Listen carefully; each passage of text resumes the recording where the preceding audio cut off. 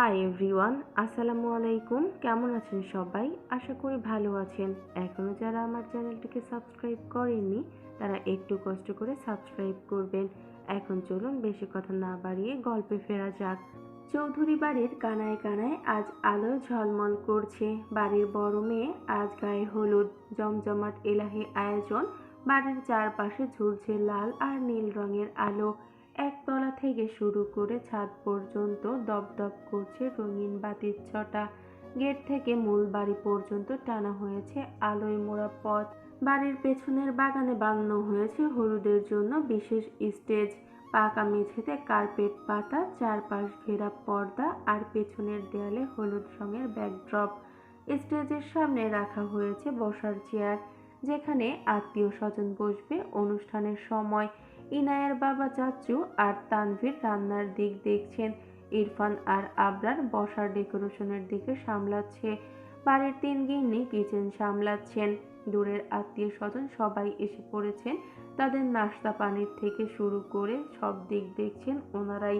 সবকিছুর সাথে আবার যোগ হয়েছে এক রাগী ফুপু শাশুড়ি। যশোর থেকে এসেছেন তিনি। ওনাকে দেখাশোনা করার বিশেষ দায়িত্ব হচ্ছে চৌধুরী গিন্নিদের। ধরণীতে সন্ধ্যা নামছে ধীরে ধীরে। পশ্চিম আকাশের রং বদলেছে সোনালি থেকে কমলা, তারপর গাঢ় বেগুনি। বাতাসে এক ধরনের শীতলতা দিনের উত্তাপকে ধুয়ে মুছে নিঃশব্দে জায়গা করে নিচ্ছে রাতের ছায়া। পাখিরা ঝাঁকে ঝাঁকে ফিরছে নীড়ে। তাদের ডানা ঝাপটানিতে যেন শেষ দিনের কথাগুলো লেখা হচ্ছে আকাশে। দূরের মসজিদ থেকে ভেসে আসছে আজানের ধ্বনি, যা পুরো পরিবেশটাকে আরো মোহনীয় করে তুলছে। পাশের গাছে পাতায় বসার ছোঁয়া এক ধরনের মৃদু কাঁপন, ঠিক যেন প্রকৃতি নিজেই এক নিঃশব্দে গান গাইছে।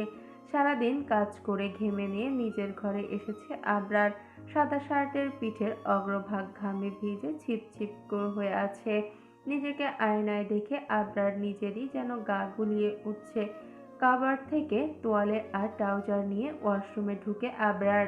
আবরার ভাই, বড়মা আপনার জন্য কফি পাঠিয়েছে। আমারই যত ঠেকা পড়েছে, নিজের রূপচর্চা করা বাদ দিয়ে সবার ঘরে ঘরে কফি বিলাতে হচ্ছে। কে বলেছে তোকে আমার কফি আনতে? আমি বলেছি? তোয়ালে দিয়ে চুল মুছতে মুছতে ওয়াশরুম থেকে বেরুতেই ইনায়ার কথাগুলো আবরারের কর্ণপাত হয়। এতেই চটে যায় সে এবং উত্তপ্ত কথাগুলো আওড়ায়। আবরারের গমগমে কণ্ঠের কথাগুলো শুনে জিভে কামড় দেয় ইনায়া। কি করলো সে? ভুল জায়গায় ভুল কথা বলে দিয়েছে। এবার কি করবে? থাপ্পড় আজকে শিওর খাবে। কফির কাপটা টেবিলে রেখে দৌড়ে আবরারের সামনে গিয়ে দাঁড়ায় ইনায়া।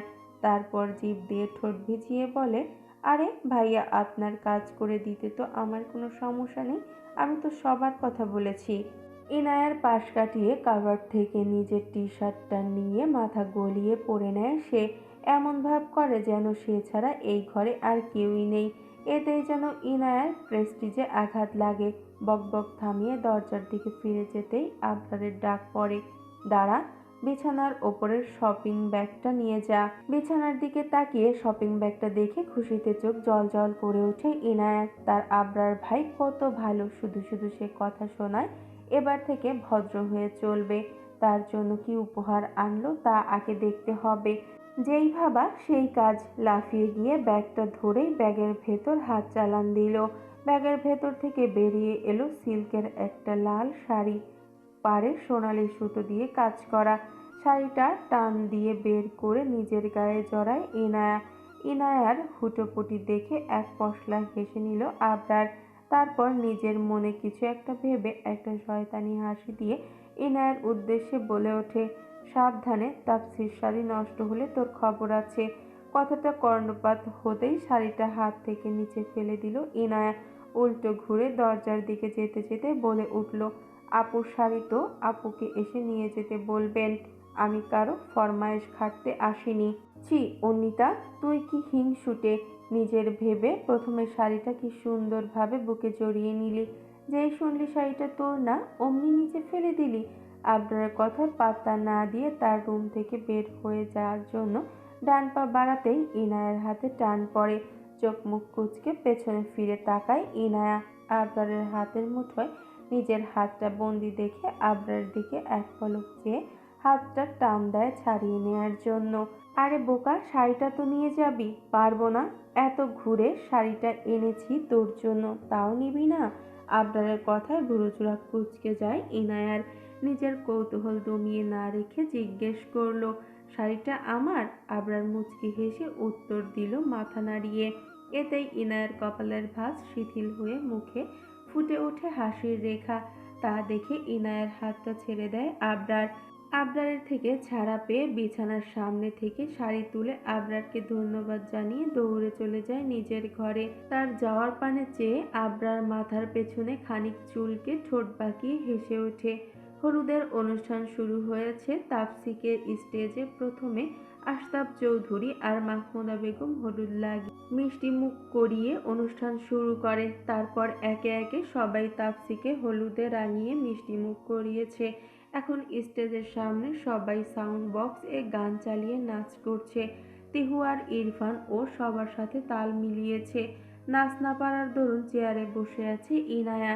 তার পরনে আবরারের তখনকার দেয়া সোনালি পাড়ের লাল শাড়িটা, হাতে লাল রঙের মেহেন্দি, ঠোঁটে গাঢ় খয়েরি লিপস্টিক, চুলে খোপা করে গাজরা লাগানো।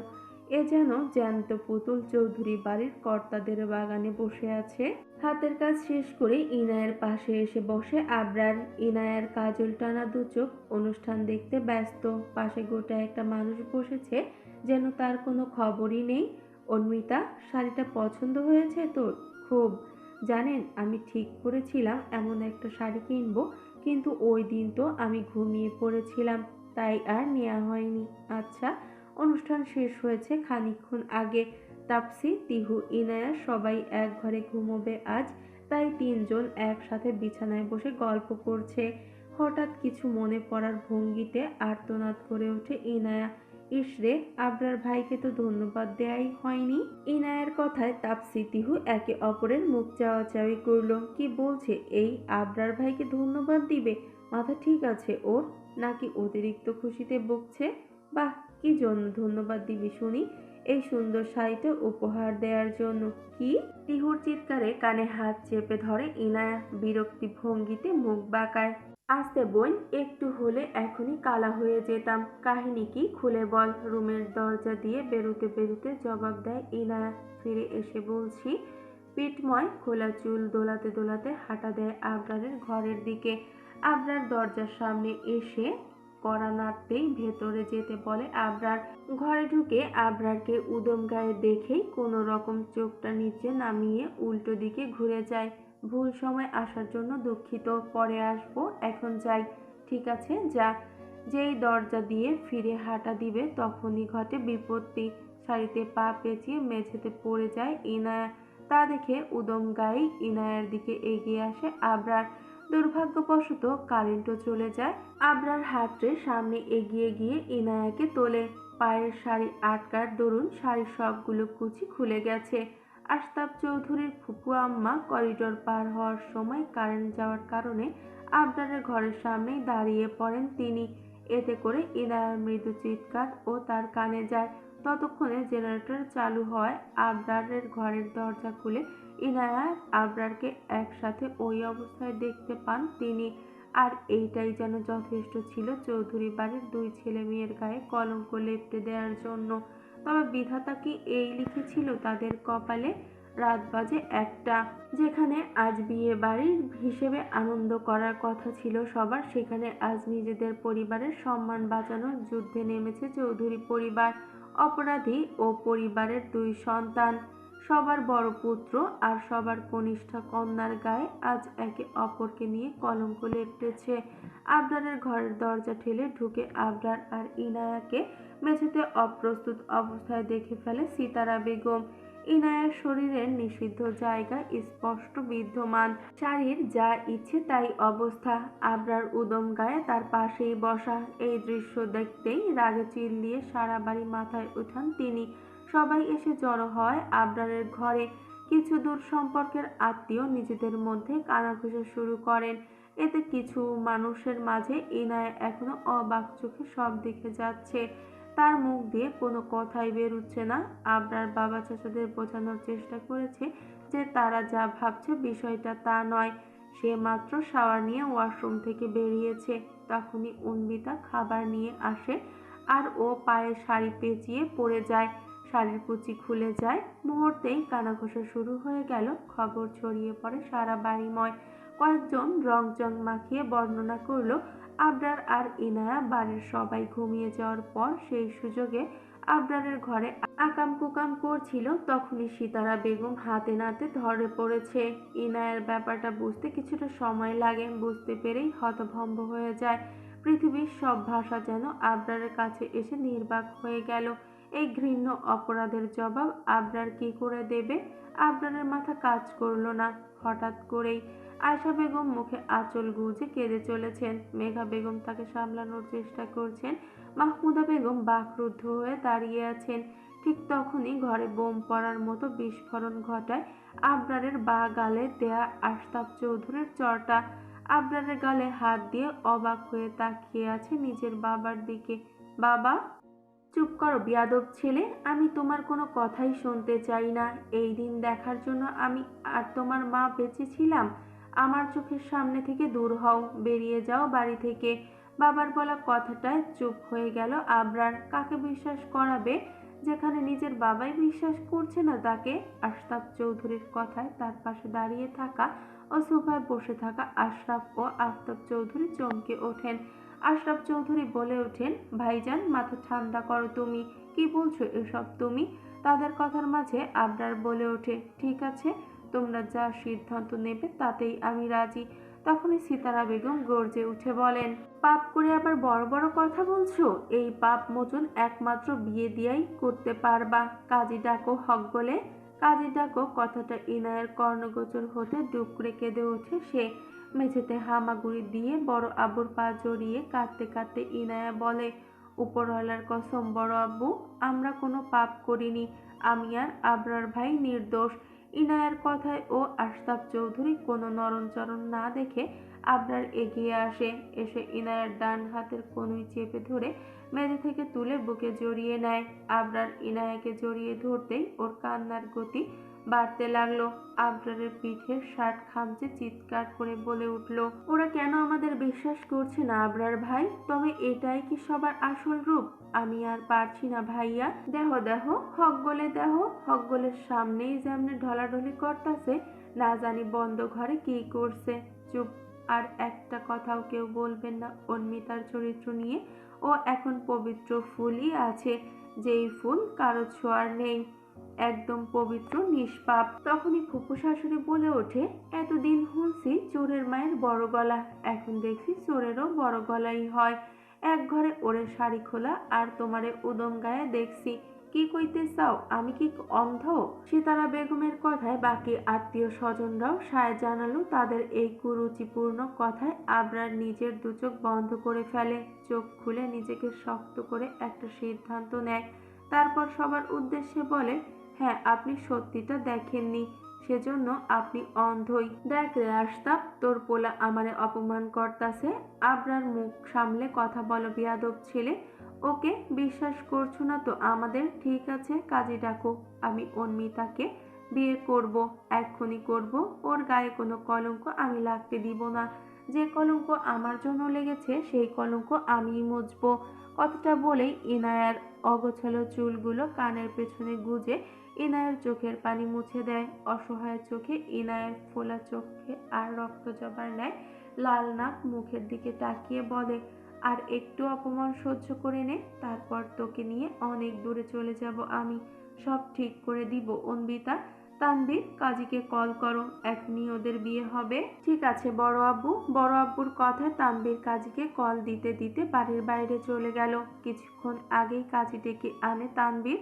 সবার উপস্থিতিতে আবরার আর ইনায়ার বিয়ে সম্পূর্ণ হয়। কবুল বলে কাবিননামায় সিগনেচার করেই জ্ঞান হারিয়েছে ইনায়া। তাকে বর্তমানে তার ঘরে শুইয়ে রেখেছে তানভীর, ইরফান, তাপসি আর তিহু মিলে। বিয়ের কাজ শেষ করেই নিজের বাইক নিয়ে বেরিয়েছে আবরার। ইনায়ার পরনে এখনো আবরারের দেয়া ওই সিল্কের লাল শাড়িটা। শাড়িটা এখন আর আগের মতো সুন্দর নেই, কুঁচকে পেঁচিয়ে একাকার হয়ে আছে, যেন বহুদিন ধরে কোনো বস্তায় কুঁচকানো অবস্থায় পড়েছিল। এই পুরো বিচার সভায় ছেলে মেয়েদের কোনো কথাই কেউ পাত্তা দেয়নি, বরং সবাইকে বড়দের মুখে মুখে তর্ক না করার জন্য নিষেধ করেন আশতাব চৌধুরী। বড় আব্বুর মুখের ওপর কথা বলার সাহস কারো নেই, তাই চুপচাপ সব মেনে নিয়েছে সবাই। দোষ না করেও দোষী হয়েছে ওরা। এ যেন দোষী যে রাজ্য ও তার এই নীতির বিচার। ইনায়া জ্ঞান ফিরেছে একটু আগে, চোখ মিলতেই চোখের সামনে মায়ের ক্রন্দনরত মুখটা দেখতে পায় সে। উঠে মাকে জড়িয়ে ধরে চিৎকার করে কেঁদে ওঠে ইনায়া, আর বারবার এক কথাই আওড়ায়, আমরা কোনো পাপ করিনি আম্মু, তুমিও যদি বিশ্বাস না করো তাহলে মৃত্যু ছাড়া কোনো উপায় থাকবে না আমার। এমন কথা বলতে নেই আম্মু, আমি জানি আমার মা আর আবরার আব্বা কোনো পাপ করতে পারে না, কিন্তু কিন্তু কি আম্মু? সমাজ যে তোদের গায়ে কলঙ্ক লেপ্টে দিয়েছে মা। আজ যদি তোদের দুজনের বিয়ে না দিত তোর বড় আব্বু আর বড় ভাইজান, তাহলে সমাজ তোকে বাঁচতে দিবে না রে মা।